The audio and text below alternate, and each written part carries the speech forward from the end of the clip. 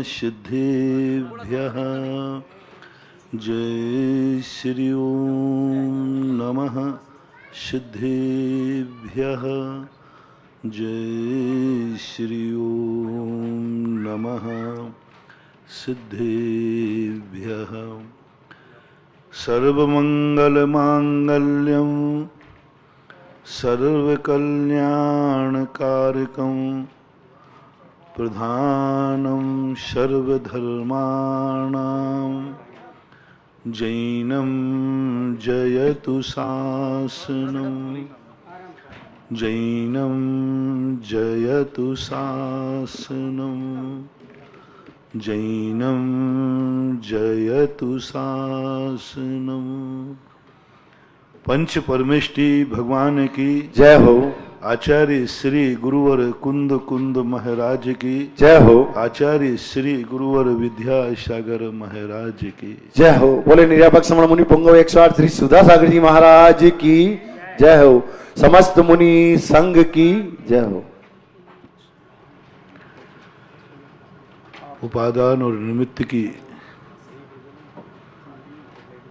उन सम्यक परिधियों में अपन घूम रहे हैं जहाँ से मंजिल के रास्ते मिलते हैं, जहाँ हमारे लक्ष्य की सिद्धि होती है, जहाँ हम चरम ऊंचाइयों तक पहुँच जाते हैं। और जब चरम ऊंचाइयों पर पहुँचते हैं तो चरम आनंद का वह भोक्ता भी बन जाता है। यदि हमने निमित्त उपादान की परिधियों में थोड़ी भी चूक की तो व्यक्ति ऐसे रास्तों पर भटक जाता है जहां से निकलने के रास्ते भी दुर्गम हो जाते। पूज्यवर कुंद कुंद भगवान ने कहा कि जो निमित्त और उपादान की समीचीन परिणतियां नहीं समझ पाता वह व्यक्ति अनंत संसारम हिंडदी, अनंत संसार में भ्रमित ऐसा भ्रमित होता है कि वहां से रास्ते मिलने ही दुर्गम है। बहुत छोटे से रास्ते, छोटे से मौके हैं, बहुत छोटे से मौके मिलते हैं। जितना जितना व्यक्ति नीचे गिर जाता है वहां से उठने के रास्ते बहुत छोटे होते हैं। गिरने के रास्ते तो बहुत बड़े बड़े गड्ढे हैं, कहीं भी कहीं से भी गिर जाओ, लेकिन निकलने के रास्ते हर कहीं से नहीं होते।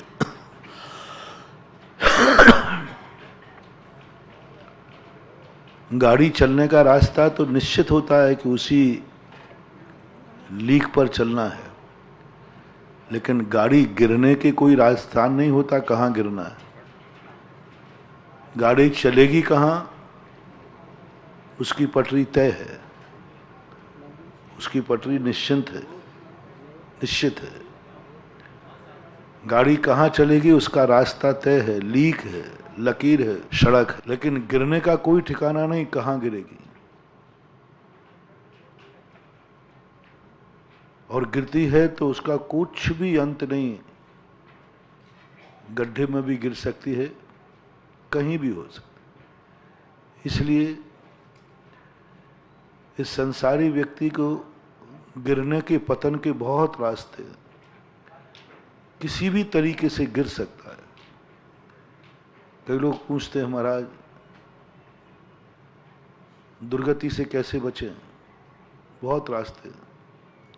सदगति का एक ही रास्ता है, मोक्ष जाने के एक ही रास्ते हैं, सम्यक दर्शन ज्ञान चारित्राणि मोक्ष मार्ग, एक ही है, दूसरा कोई रास्ता ही नहीं है।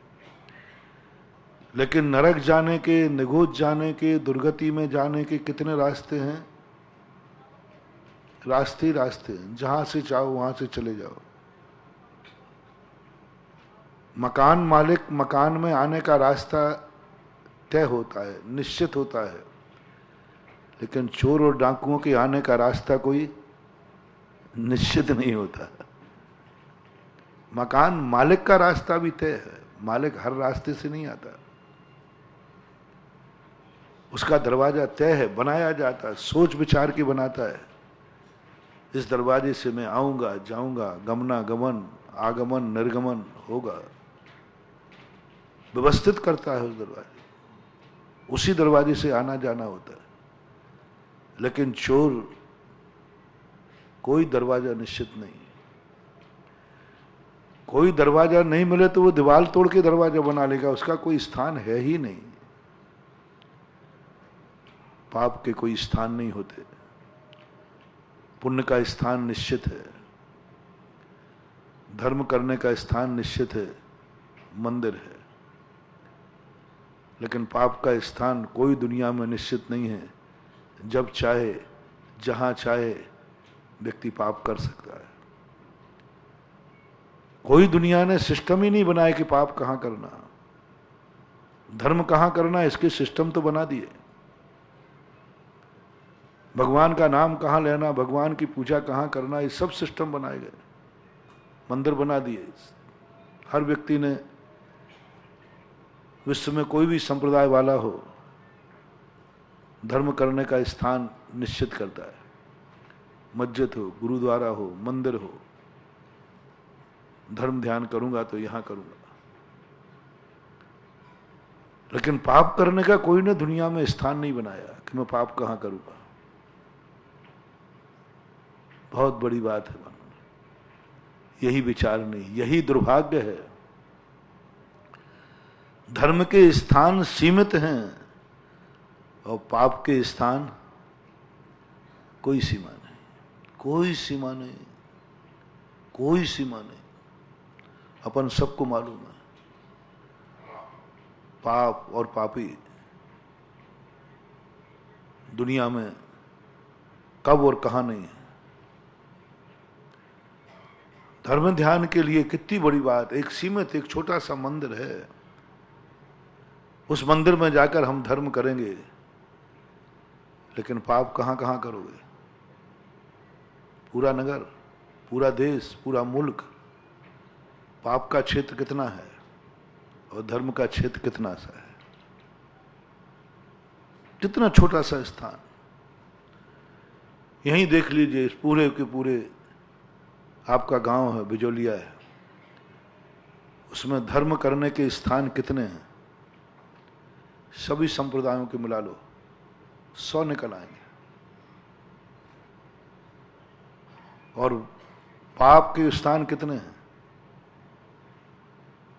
जो तुम्हारे घर हैं वे ही नहीं, नहीं घर ही नहीं है, पूरा संसार भरा पड़ा है। कैसे इस दुनिया का कल्याण होगा, कैसे कल्याण होगा? पाप का सीमा ही नहीं है, कहीं भी बैठ के पाप कर लो। संसार में बैठ के धर्म करने वाले कम हैं, मंदिरों तक में भी पाप करने वालों की संख्या कम नहीं है।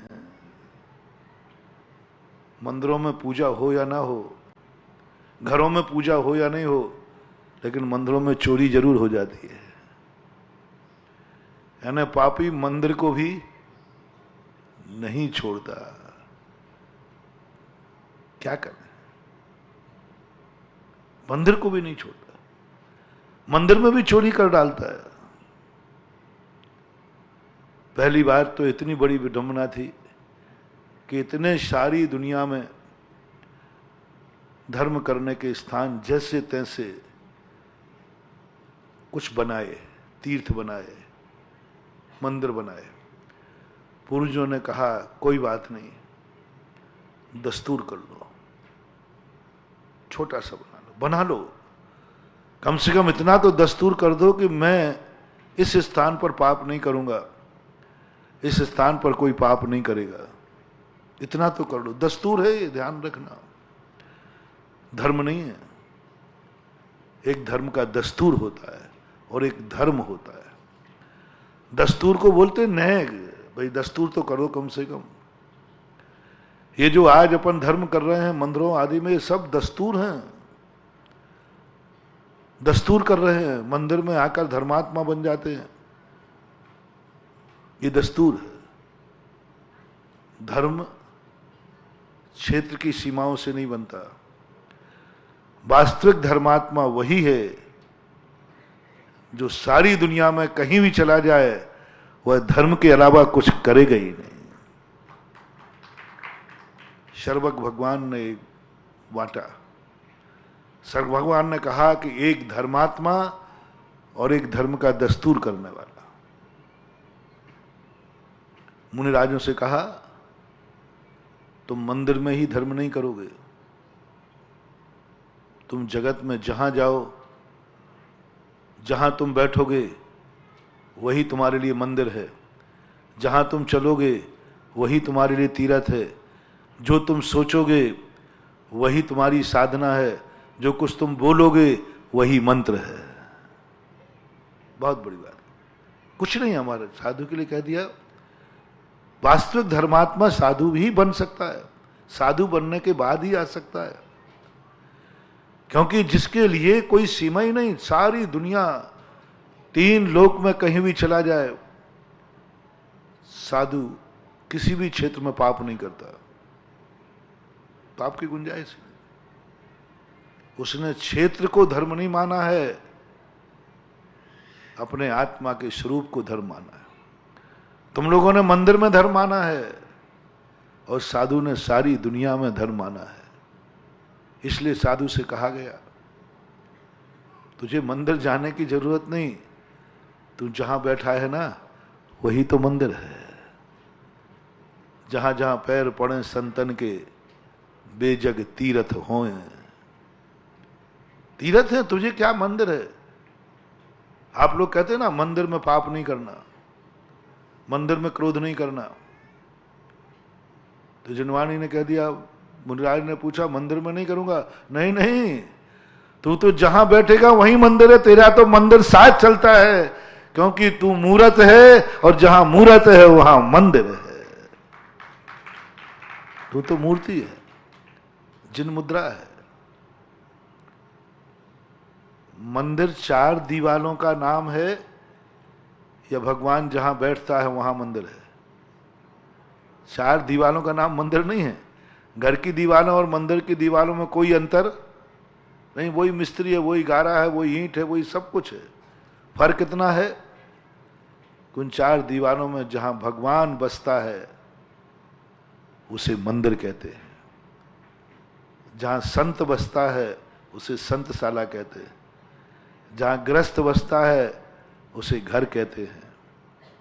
बस रहने वालों की अपेक्षा है, ईंट गारे में कोई फर्क नहीं है। ईंट गारा तो सब ईंट गारे ही हैं। इसी प्रकार साधु से कहा कि मैं तुझे मूर्ति का रूप देता हूं। अब जहां जहां मूर्ति जाएगी उसी के साथ साथ मंदिर चलता है। इसलिए साधु से कहा तू मूर्ति है, तू जिन मुद्रा है। अब तेरा मंदिर कहां है, जहां जहां तू है वहां वहां मंदिर है। जहां जहां मंदिर है वहां वहां साधु नहीं। जहां जहां साधु है वहां वहां मंदिर है। जहां जहां तीर्थ है वहां साधु नहीं। जहां जहां तीर्थ है वहां वहां साधु नहीं। जहां जहां साधु है वहां वहां तीर्थ है। ये परिभाषा बहुत बड़ी मार्ग। साधु तीर्थ पे नहीं जाता, वो जहां बैठता वहां तीर्थ है। सीमित तीर्थ, ये तीर्थ तो गृहस्थों के लिए है, साधु के लिए कोई गृहस्थ नहीं। जितना विहार जहां करे वहीं तीर्थ ही तीर्थ है। तीर्थ किसे बोलते हैं, पावन जगह को। और साधु जहां पहुंच जाता है वही पावन है। एक बार मैंने कहा था कि जब तुम्हारे नगर में कोई साधु आवे उतने दिन के लिए पाप छोड़ देना चाहिए। वैसे छोड़ना तो हमेशा चाहिए, मैं समर्थन नहीं कर रहा हूं, लेकिन गुड बेटर बेस्ट। अधिक पाप का बंध कब होता है, तुम्हारे नगर में साधु का प्रवेश होते ही पूरी जिंदगी भर रात में खाया,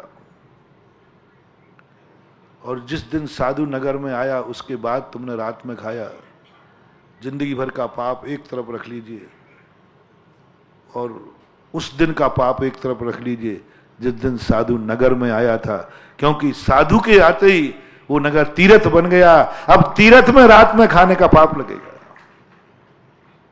सावधान।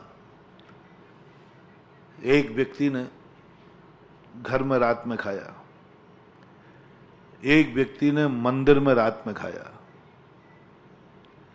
एक व्यक्ति ने तीर्थ में रात्रि में खाया,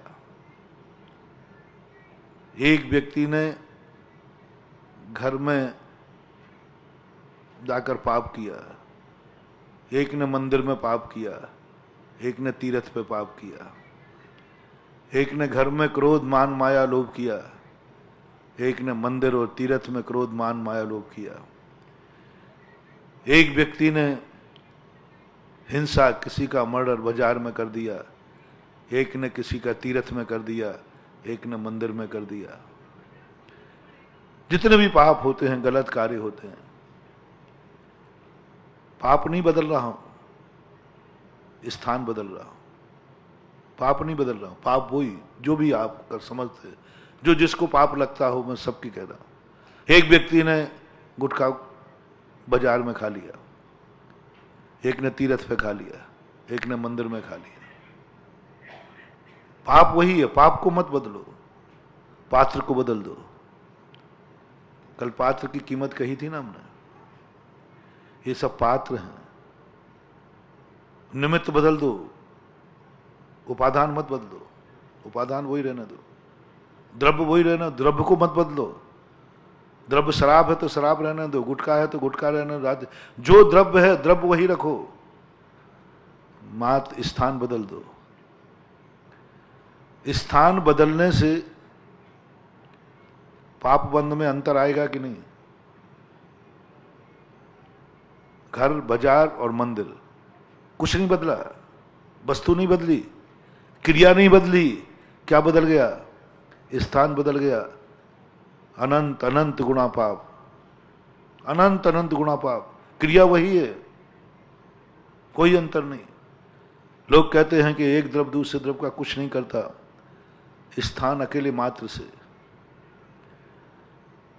रात में घर में खाया, मंदिर में खाया, अरे रात तो छोड़ो, चलो दिन में आ जाओ। घर में भोजन करना दिन में कौन से शास्त्र में पाप लिखा है? करते ही। और अभी भोजन वो मंदिर में वेदी पे बैठ के कर ले तो क्या बुराई है? शुद्ध भोजन, अशुद्ध नहीं कर रहा हूं, शुद्ध 16 का टिफिन, कुएं के पानी का अष्टपहरी भोजन, बिल्कुल कहीं अशुद्धि तो सवाल ही नहीं, सब मर्यादित भोजन। और वो भगवान की वेदी पर गर्भालय में बैठ के कर ले वे, तो अंतर आएगा कि नहीं? बंद में, पाप में बहुत अंतर आएगा। इतना तो छोड़ो, घर तो छोड़ो, एक व्यक्ति ने मंदिर में खा लिया और एक ने गर्भालय में बैठ के खा लिया और एक ने वेदी पे खा लिया, अब इतने ही अंतर कर लो, कितना गुना पाप बढ़ जाएगा। बताते हैं कि मंदिर का भाव करने पर जितना पुण्य करता है, मंदिर के दरवाजे पर एक एक कदम बढ़ाते ही हजारों हजारों गुना पुण्य बढ़ता है, हजारों हजारों गुना। एक कदम, 2 कदम, मंदिर दिख गया, मंदिर आ गया, ये इसका पूरा चार्ट दिया उन्होंने। पूज्यवर रविशरण आचार्य महाराज ने श्री पद्म पुराण जी में पूरा दिया कि घर से विचार करते एक एक कम, जैसे जैसे मंदिर निकट आता जाता है वैसे वैसे पुण्य का संचय बढ़ता जाता है। ऐसे ही पाप में लगाना, जैसे जैसे तुम्हारा स्थान धर्म की तरफ बढ़ता जाएगा, पाप की अनुभाग शक्ति बढ़ती जाएगी। क्षेत्र परिवर्तन करने मात्र से इतना अंतर आ गया, निमित्त कुछ नहीं करता। कल कहा था ना, दूध सही था कि गलत था? स्वाद खट्टा क्यों आया? पात्र खट्टा था। पात्र तो बाहर की चीज है, ऊपर की चीजें हैं। पात्र तो ऊपर की चीज है, पर पात्र ने दूध को कैसे बदल दिया? एक द्रव दूसरे द्रव का कुछ नहीं करता। दूध तो बिल्कुल पेवर शुद्ध था। बंधु, अनादिकाल से अपनी दुर्दशा यही हो रही है। अपन को कभी भी जब भी दूध मिला, दूध तो महानुभाव शुद्धि होता है, गाय के स्तन से आज तक कभी फटा हुआ दूध नहीं निकला। मुझे पता नहीं, आप लोग बताओ ना, थोड़ी हेल्प करो। आप लोगों की तो गायें तो है ना, दूध के स्तन से, गाय के दूध स्तन से कभी गंदा दूध निकला? कोई बीमारी अब बात छोड़ देना, कभी निकला? फटा हुआ दूध निकला? छेना छेना कभी नहीं निकला। खट्टा दूध कभी नहीं निकला, गंदा दूध कभी नहीं निकला, सड़ा दूध कभी नहीं निकला। गाय के स्तन से कभी दूध खराब होता ही नहीं। बीमारी आदि हो जाए उसको एक तरफ रख, वो अपवाद मार्ग है। संसार में जितनी गायें हैं, आज तक कभी गाय गंदा दूध नहीं देती, खारा खट्टा दूध नहीं होती।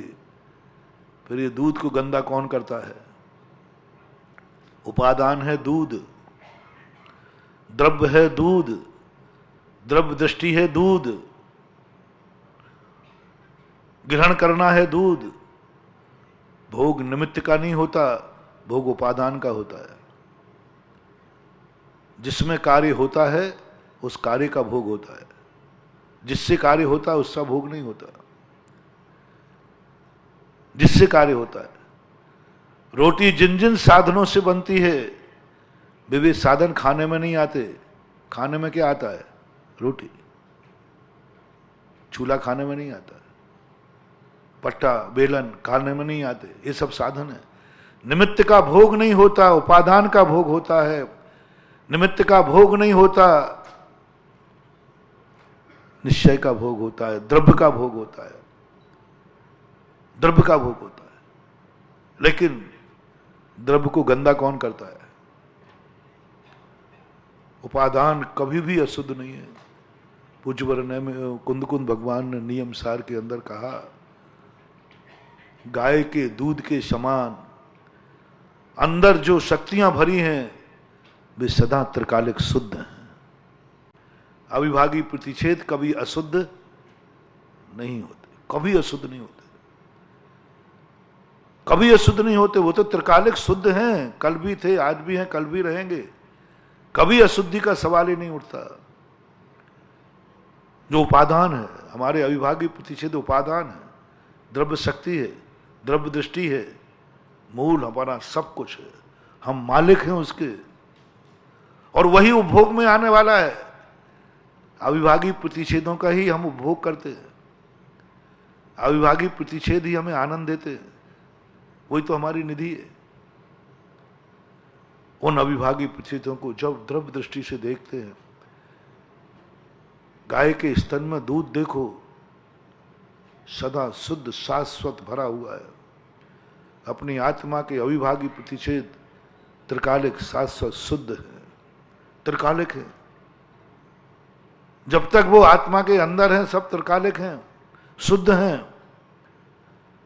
फिर जब त्रिकालिक शुद्धता उनके अंदर विद्यमान है, विचारणीय प्रश्न है कि उनको अशुद्ध कौन करता है? स्वयं कभी अशुद्ध होता नहीं। बहुत बड़ी बात कह रहा हूं, उदाहरण में इतना सरल इसलिए देता हूं क्योंकि आचार्यों ने कहा है वही उदाहरण देना जो सामने वाला उस उदाहरण से परिचित हो। नहीं तो उदाहरण ऐसा दे दिया कि सामने वाला परिचित नहीं है तो उसके लिए एक और उदाहरण देना पड़ेगा। फिर ऐसा उदाहरण इसलिए मैं देता हूं, यदि दूध आपने बाहर निकाल के रख दिया, ग्वाला वाला मुझे समझाएं, तो 24 घंटे में वो दूध फट जाएगा कि नहीं, जमने लग जाएगा कि नहीं? और एक दिन यदि गाय को अपन ना दोहें तो उसके स्तन में भी दूध जम जाएगा। थोड़ा हेल्प करो। आज गाय को नहीं धो पाए, नहीं धोई गाय, तो क्या उसके स्तन में भी अंदर दूध का दही बन जाएगा? 2 दिन, 4 दिन, 3 दिन, 5 दिन, 10 दिन नहीं दुहा तो कोई परिवर्तन होने वाला नहीं। जब तक गाय के स्तन में दूध है, कभी अशुद्धि का सवाल ही नहीं है। जब तक अपने आत्मा के प्रतिषेध अंदर आत्मा के आश्रित हैं, आत्मा में भरे पड़े हैं, तब तक इनमें अशुद्धि नहीं आती। अनंत काल निकल गया, अनंत और निकल जाए, लेकिन जैसे ही वो बाहर आता है, सारा कबाड़ा किसका है।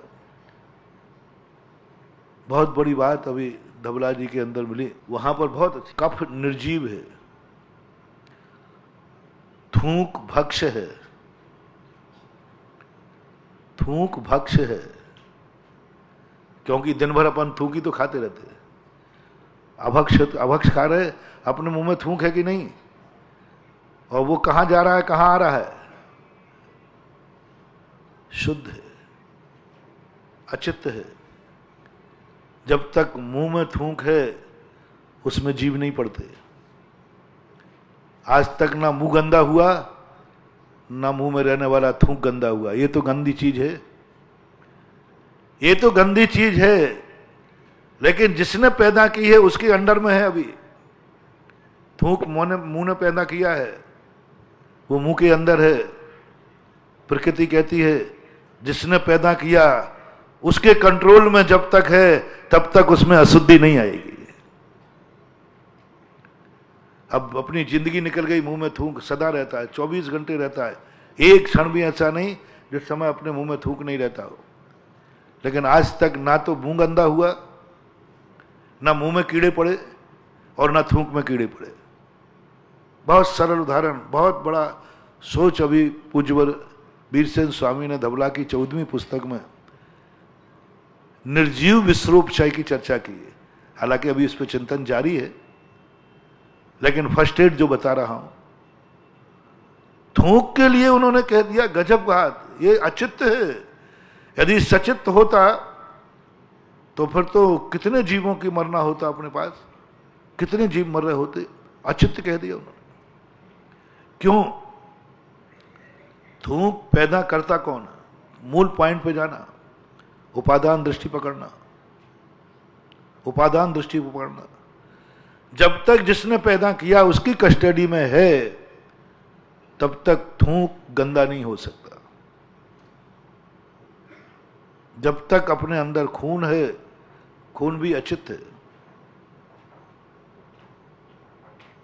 कितनी चीजों में खून में जो है शरीर के अंदर बहता रहता है, ब्लडिशन भी हो जाता है। मान लो कंठ के अंदर कट लग जाए, जोर से खकार दे, वो खून कहां जाएगा? जैनी का, मुनिराज का कंठ में अंदर का कोई कट लग गया, जोर से खकार दिया, ब्लड आ जाता है कि नहीं बाहर? वो अंदर भी तो जा सकता है। अचित्त कहा, मलमूत्र को अचित्त कहा। गजब, बहुत बड़ा उज्ज्वल वीरसेन स्वामी।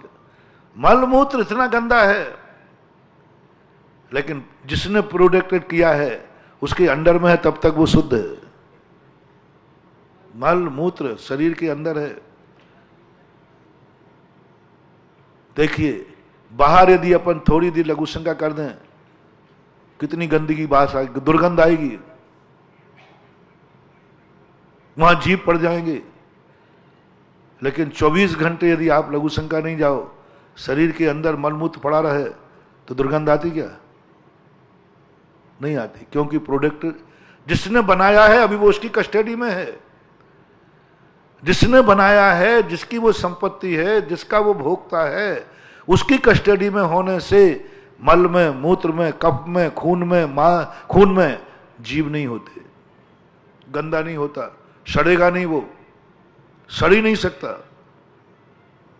खून कभी शरीर के अंदर सड़ता नहीं है, सड़ेगा नहीं। जहां उसका उत्पादन हुआ है उसी नस में रहना चाहिए। आगे पीछे जाए तो बात अलग है। जहां प्रोडक्शन हुआ है, जितने देर के लिए प्रोडक्शन हुआ है, जिसके लिए प्रोडक्शन हुआ है, उसमें घूमता रहे। नसों में अपनी पूरी जिंदगी भर खून घूमता है, उसी के लिए हुए वो।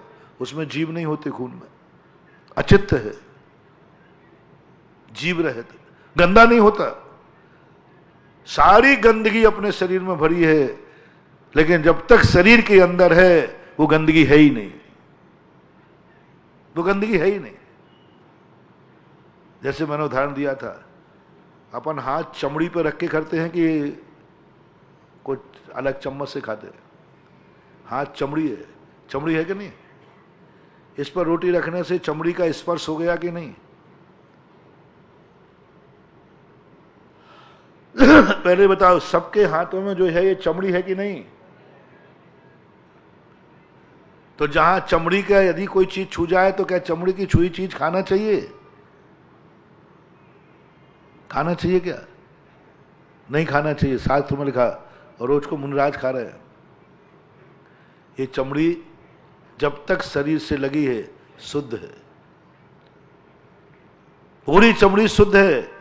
इसमें से थोड़ा टुकड़ा बाहर निकलते ही अशुद्ध है। दो उदाहरण तुम्हें दे रहा है, एक अच्छी वस्तु का, एक गंदी वस्तु का।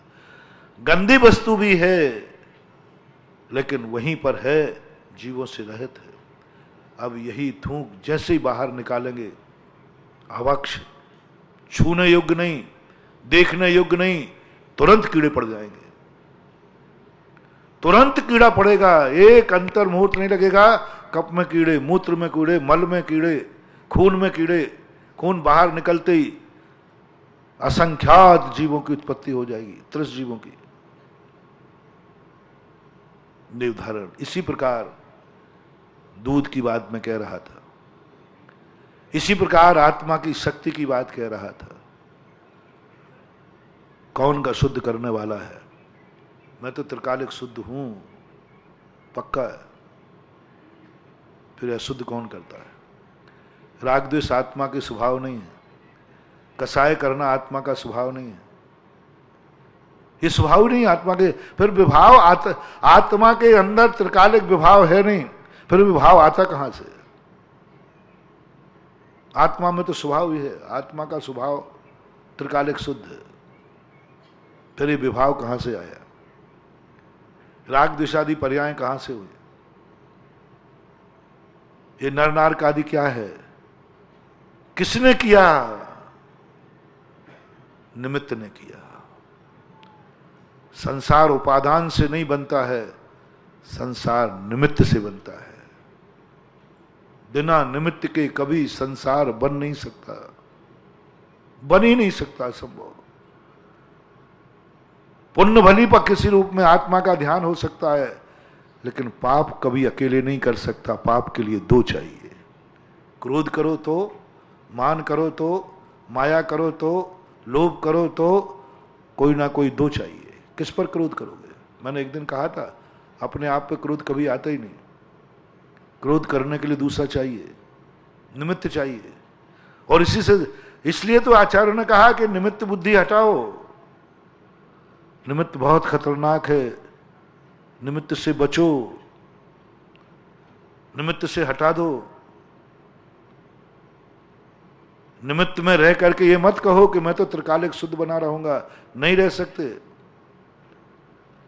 कितना बावलापन हो गया।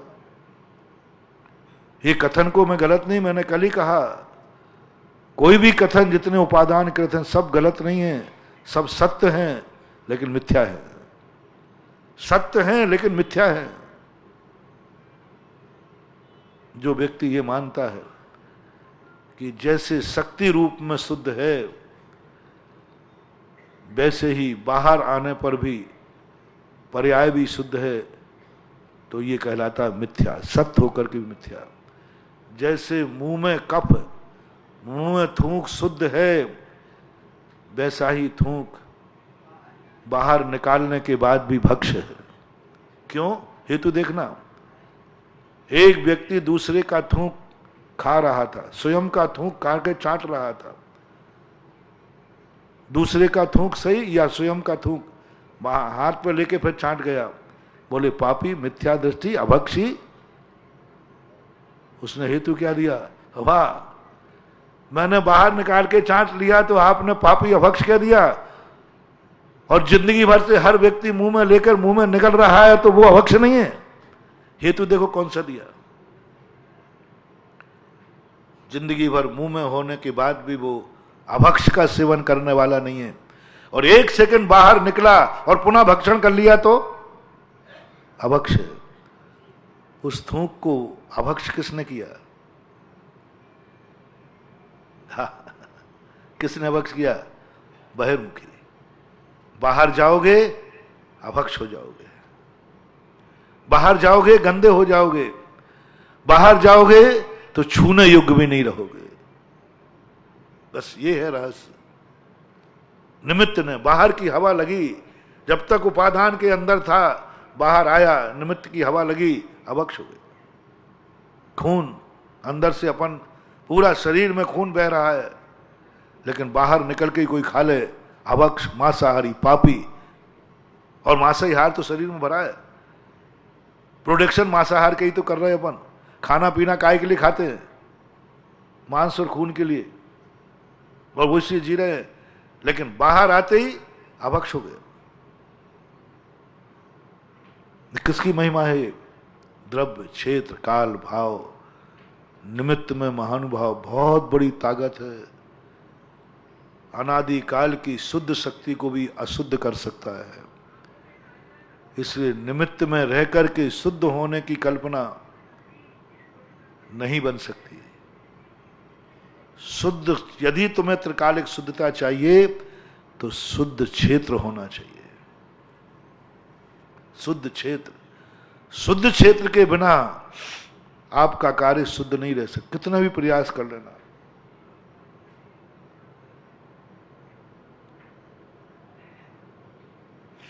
नहीं रह सकता, क्षेत्र की शुद्धि चाहिए। शुद्ध रहना है तो अपने चारों तरफ शुद्ध, अशुद्ध लोगों के बीच में बैठकर व्यक्ति अपने आप को सोला का घोषित नहीं कर सकता। किनके संपर्क में है? अशुद्ध के। कई लोग कहते हैं, ऐसी मिथ्या धारणा है कि महाराज जी जब एक 17 वाला अशुद्ध व्यक्ति को छू लेवे तो वो अशुद्ध हो जाता है।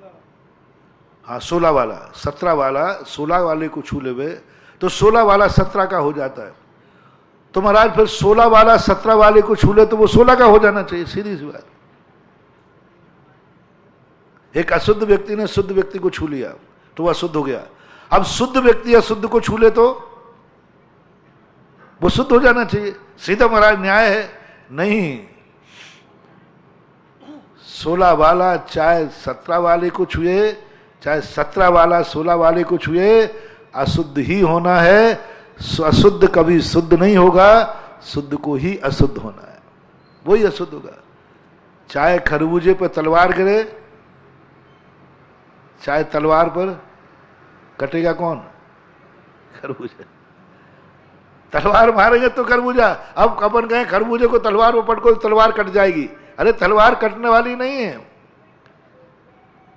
निमित्त की दशा ऐसी है कि तुम कितने भी उपादान को शुद्ध कर लेना, लेकिन यदि बर्तन अशुद्ध है तो दूध को अशुद्ध होना पड़ेगा।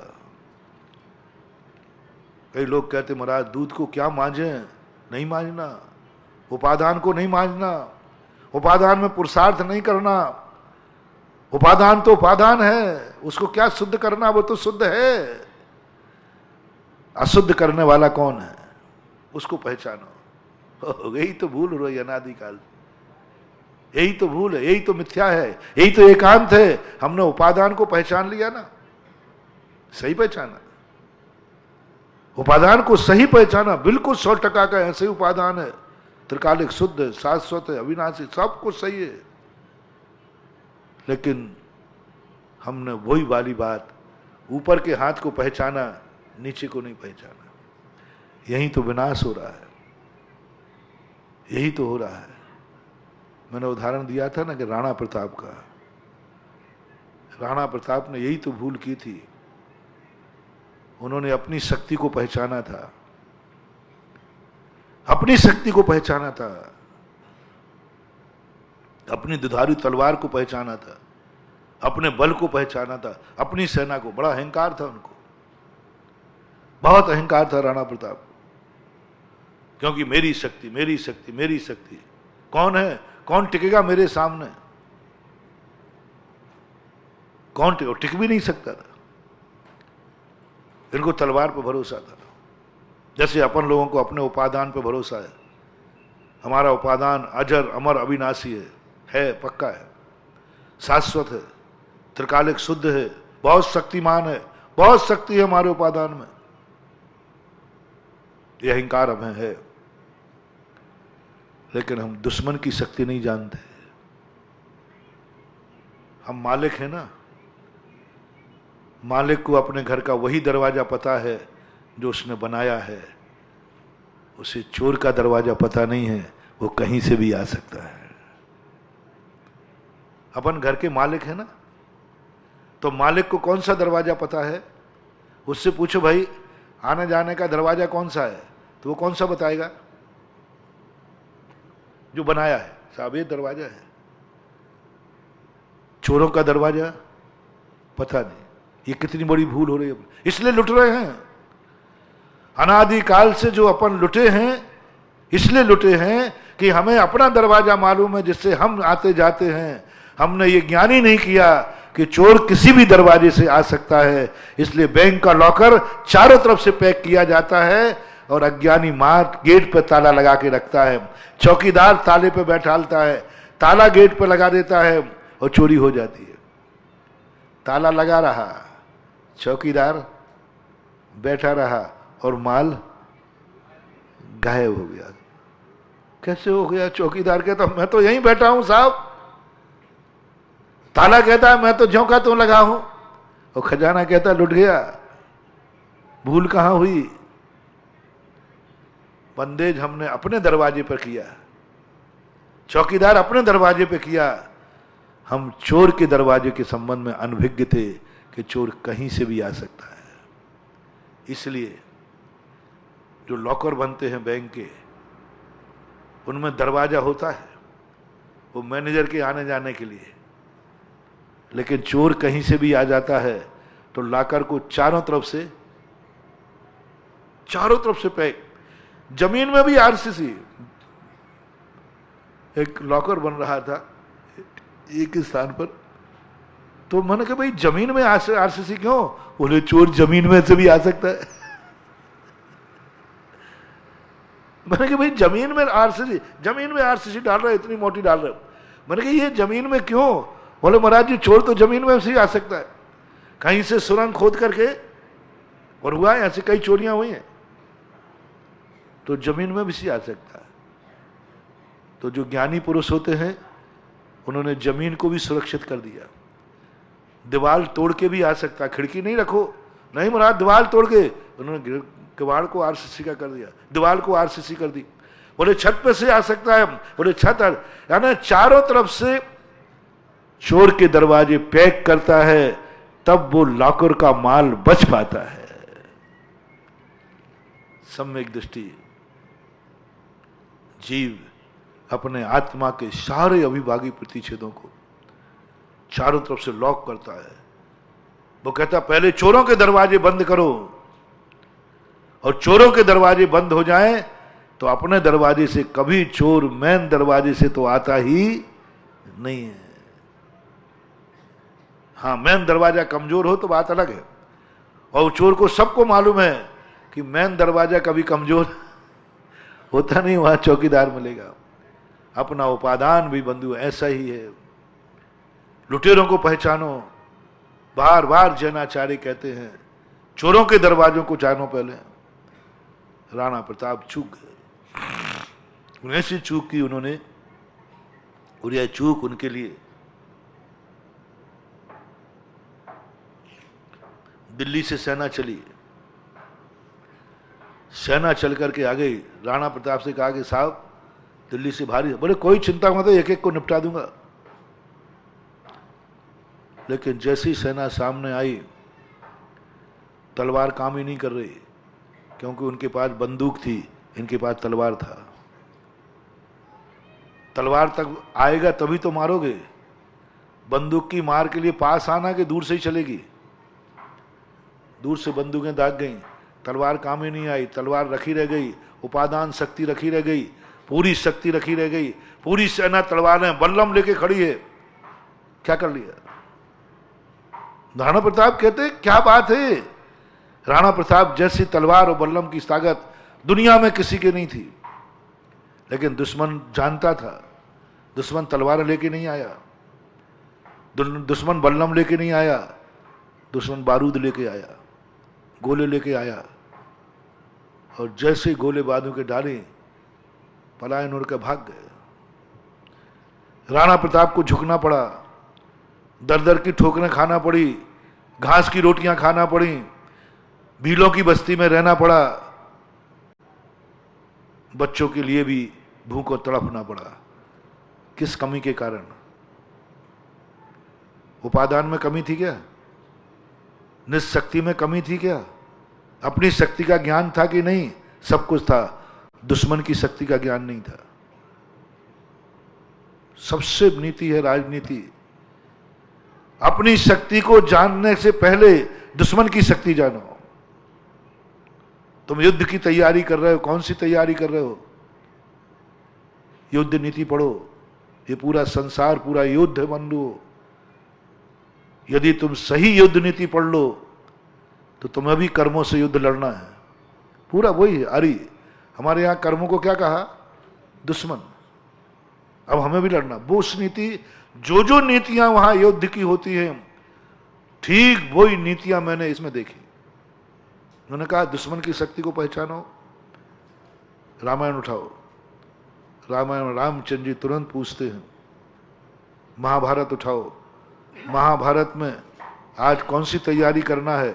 गुप्तचर से पूछते हैं, सामने वाला कौन सी तैयारी कर रहा है, उसी की तैयारी तो करेंगे।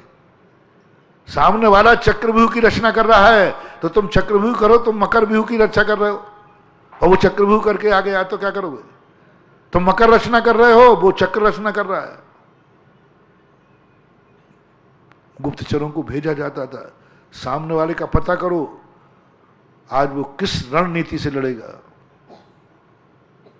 राणा प्रताप यदि थोड़े से चेत जाते कि दुश्मन की शक्ति का पता बताओ क्या है, तो राणा प्रताप हार नहीं सकते थे। लेकिन उनको तो उपादान पर अहंकार था, कौन निमित्त क्या कर लेगा। और आप सबको मालूम है राणा की दुर्दशा। राणा का तो उदाहरण दे रहा हूं, मैं सारे जगत के प्राणियों को समझाना चाहता हूं।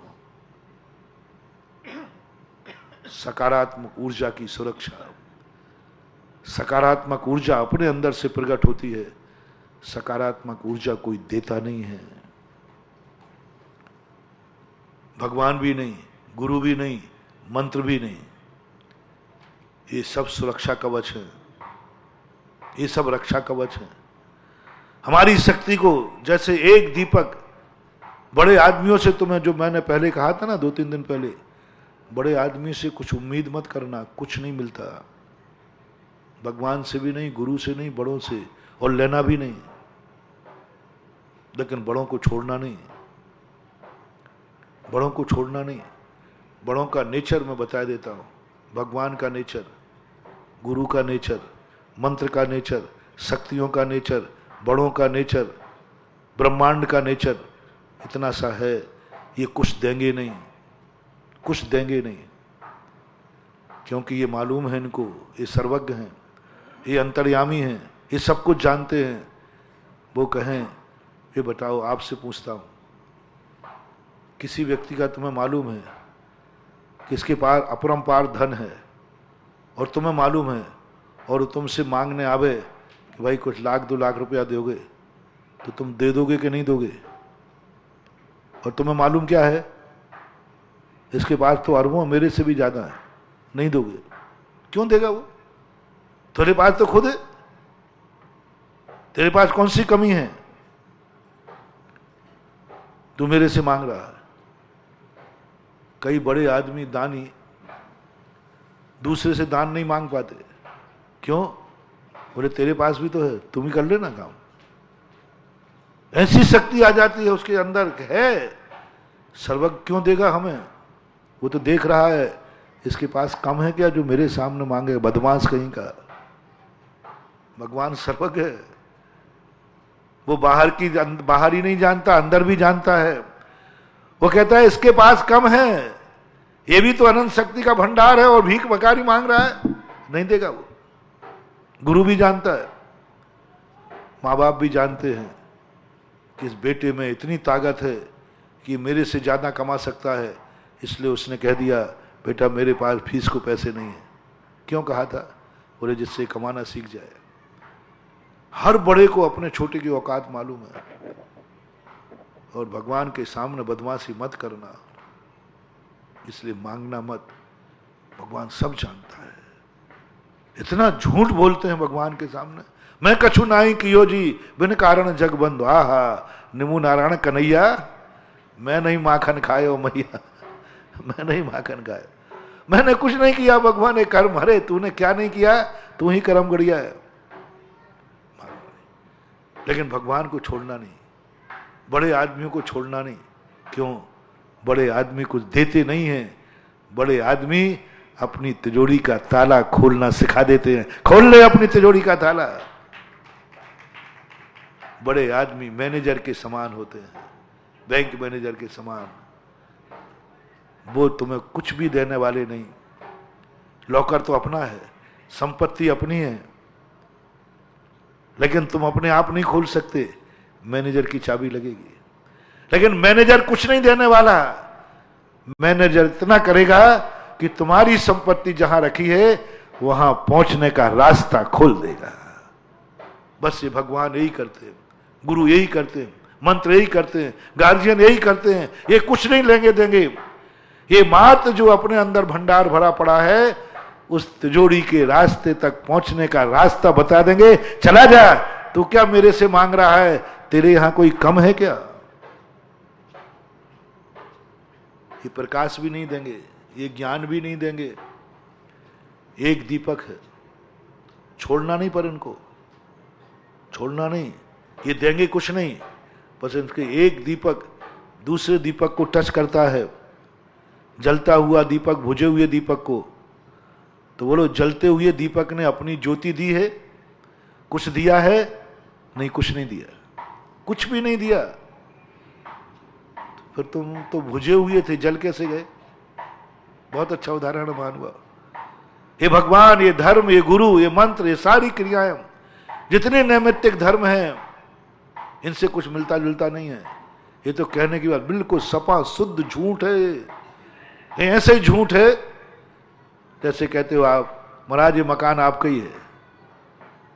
ये सभ्यता है। भगवान ने कुछ दिया, ये सभ्यता है। मानव कुछ नहीं देते। कहने में आता है महाराज सब मकान आपका ही है, सब आपका ही है। यहां तक कहते महाराज ये बच्चा आपका ही बच्चा है। गली में तो रही, एक स्थान पर नहीं बोलते। अब वो मैं बोल नहीं रहा। बच्चे तक तो बोलते हैं। बोलते हो कि नहीं? पहले बताओ। महाराज ये बच्चे आपके ही बच्चे हैं, लेकिन पत्नी को नहीं बोलते। रोक के रखना भैया, रोक। नहीं तुम्हारा क्या भरोसा, ये भी बोल दो, पत्नी भी। गली में तो सब बताया। बोलते बोलते बड़ों को कौन सी चीज बोलना सब आपकी ही है, ये भी एक मर्यादा है, ये भी पुराण है। नहीं तो किसी ने कहा था कि हमारे बलाने ने कहा था ये बच्चे आपके ही हैं, तो तुम कहो ये श्रीमती भी आपकी है। बोलो बच्चे आपके हैं, ये मकान आपका ही है, धन दौलत आपका ही है। यहां तक चलेगा कि नहीं? बोलते नहीं हो। कोई तुम्हें गलत कहेगा कि नहीं? पाप का बंद होगा कि नहीं? जल्दी बोलो। बोलते नहीं हो। और ये बोल दिया महाराज ये पत्नी भी। बोलते नहीं हो, कबाड़ा हो जाएगा। एक बार व्यक्ति ने प्रश्न किया था, बोले महाराज जी भगवान के माता पिता बनते हैं, ब्राह्मी सुंदरी बनती हैं, भरत बाहुबली बनते हैं, भगवान की पत्नी कोई क्यों नहीं बनता? नंदा सुनंदा पात्र बनते ना अपने, सब बनाते। भगवान माता पिता बनते हैं, सब बनते, सब बनते, पत्नी क्यों नहीं बनाते? मैंने कि बस यही तो मर्यादा है। माता पिता दो हो सकते हैं, बेटे भी दो हो सकते हैं, बिटिया भी दो हो सकती है, लेकिन पत्नी का पति दो नहीं हो सकते। ना स्थापना से, ना भाव से, ना द्रव्य से, ना चार्य से, किसी प्रकार नहीं हो सकते। माताएं दो हो सकती हैं। आप यदि पड़ोसी के बेटे की मां को माँ कह दो तो कोई बुराई तो नहीं है। और प्राय आजकल तो 2 माताएं होती है, एक सासू और एक माँ, उसको भी माँ कह दे। मान लो पड़ोसी की बेटे की माँ को तुमने माँ कह दिया तो कोई बुराई तो नहीं, अनैतिक तो नहीं है, कह सकते हैं कि नहीं? बोलते हैं अपन किसी माता जी, अपन तो इतनी बोले माता हो। अच्छा, किसी दूसरे के बेटे को बेटा कह दिया तो कहती बेटा। किसी की बहन को यदि बहन कह दिया तो बहन कह दिया, कहने कोई आपत्ति नहीं। किसी की बिटिया को बिटिया कह दिया तो कोई आपत्ति नहीं। लेकिन आगे आप बोल दो, किसी को पत्नी को नहीं कह सकते, ये सभ्यता है। सारे रिश्तों को कह सकते हो, दूसरे के कह सकते हो, दूसरे की मां को अपनी मां बना सकते हो, दूसरे के बेटे को गोद ले सकते हो।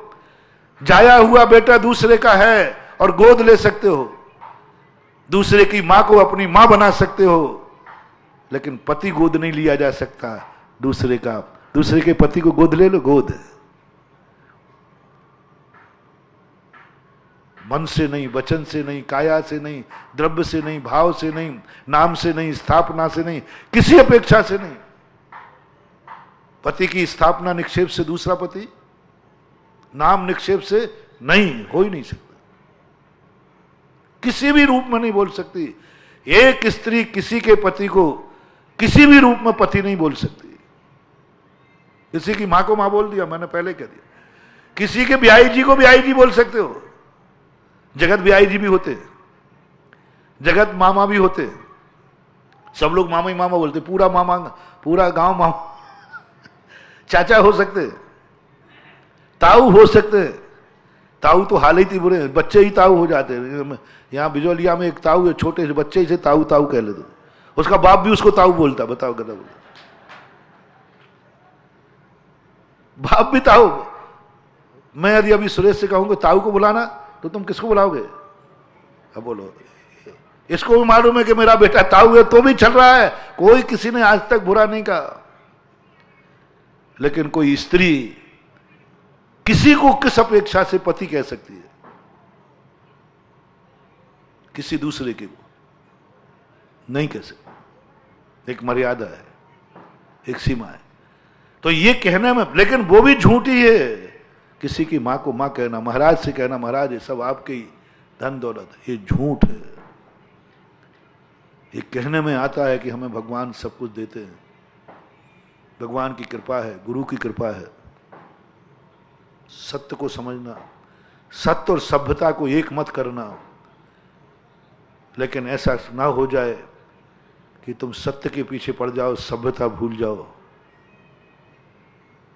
सत्य और सभ्यता दोनों में बहुत भेद है। इतना ही भेद है जितना कल असत्य में और मिथ्या में किया था। असत्य और मिथ्या में किया था।